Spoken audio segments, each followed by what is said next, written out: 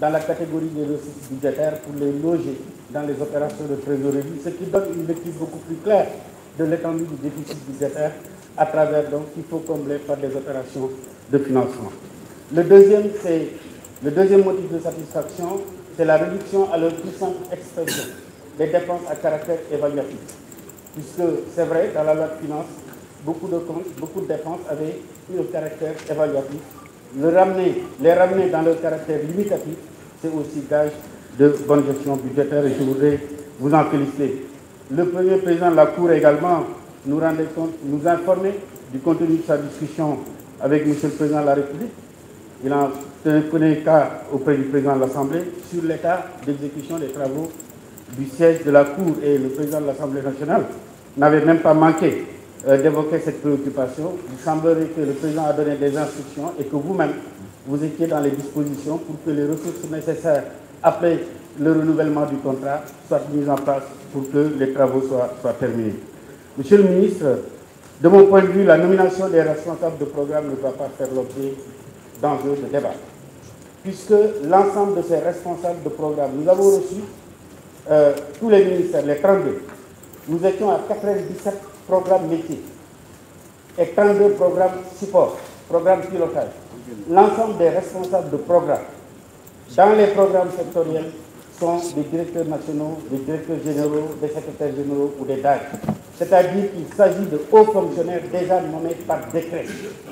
Et qu'il reste évident que quand on leur confie un programme, ce n'est pas intuitif personnel comme le rapport l'a dit, c'est par rapport à un service qu'ils pilotent et le jour où ils changent de service, c'est leur remplaçant qui devient de fait responsable de programme. Je pense que si on s'amusait à faire des décrets, chaque fois qu'il y aurait un mouvement à la tête d'un service, il fallait encore prendre un autre décret pour nommer un nouveau responsable de programme. Et je pense que le ministre qui répond devant le chef de l'État de la conduite de la politique publique qui lui est confiée doit être à même d'identifier ceux qui, parmi ses collaborateurs de haut niveau, remplissant les critères sur la hiérarchie et les conditions de nomination, peut désigner son responsable de programme. Enfin, Monsieur le ministre, moi je le dis, une réforme budgétaire dans sa mise en œuvre ne peut jamais être prête au départ. Il faut de l'expérimentation. Parce que nous sommes dans le cadre d'une réforme budgétaire, mais plus qu'une réforme budgétaire, nous sommes dans le cadre d'une réforme de l'État. Or, réformer l'État, c'est aussi avoir des capacités d'adaptation.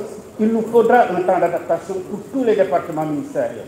Mais aussi, c'est aussi identifier les boulots et les résistances au changement, parce que des résistances au changement peuvent exister. C'est pourquoi je dis, c'est une réforme dont la mise en œuvre ne peut pas être facile. On ne peut pas dire qu'on réunit toutes les conditions pour aller à la réforme, parce que tant qu'on le fait, on ne fera pas la réforme. Et l'UEMOA, depuis 2009, avait donné des indications pour que cette réforme démarrera en 2017. Nous avons vu ce qui s'est passé. C'est la conférence des chefs d'État qui a demandé un délai supplémentaire. Mais de délai supplémentaire en délai supplémentaire, aujourd'hui, au niveau de la CEMAC, les pays membres de la CEMAC sont en train d'appliquer le budget programme. Le retard est enregistré au sein de l'UEMOA. Et dans l'UEMOA, le Sénégal a toujours fait figure d'exemple. Et cet exemple, aujourd'hui, avec l'examen de cette loi organique, vous êtes en train de le perpétuer. Et je voudrais, avec vos services, vous féliciter et vous remercier lorsqu'en commission des finances, vous avez montré toute votre détermination à accompagner l'Assemblée nationale, qui aussi doit s'adapter et adapter ses procédures à l'aune des budgets programmes. Et cette adaptation, ce n'est pas que les services de l'État, ce n'est pas que la Cour des comptes, mais l'Assemblée nationale qui a des prérogatives en matière de contrôle externe et qui adopte la loi de finances a besoin d'être renforcée, d'être capacité. Vous êtes disponible pour nous accompagner dans cela. Monsieur le Président de l'Assemblée nationale m'a demandé de vous rapprocher de vous. Je vais le faire. Vous et vos services, nous savons que vous allez nous accompagner parce que les députés, autant que les autres, ont besoin d'être capacités dans ce cadre-là. Le budget programme, ce n'est pas une affaire simple, ce n'est pas la finalité de toute réforme budgétaire, mais c'est un pas important vers plus de transparence dans la gestion budgétaire, vers plus de recherche d'efficacité et d'efficience. Et je voudrais vous rassurer de notre soutien. Je vous remercie. Je vous remercie. La parole est à notre collègue Moustapha Cissé Lo. Ensuite, c'est à notre collègue Djibril War. jërëjëf président sant yàlla julli ci sangu-sang yi Seydou Diop yeesal sama kóoluteef ci sama sëriñ Cheikh Ahmadou Bamba waaye nuyu suma rak suma xarit Abdoulaye Daouda Diallo ministre des Finances, du Budget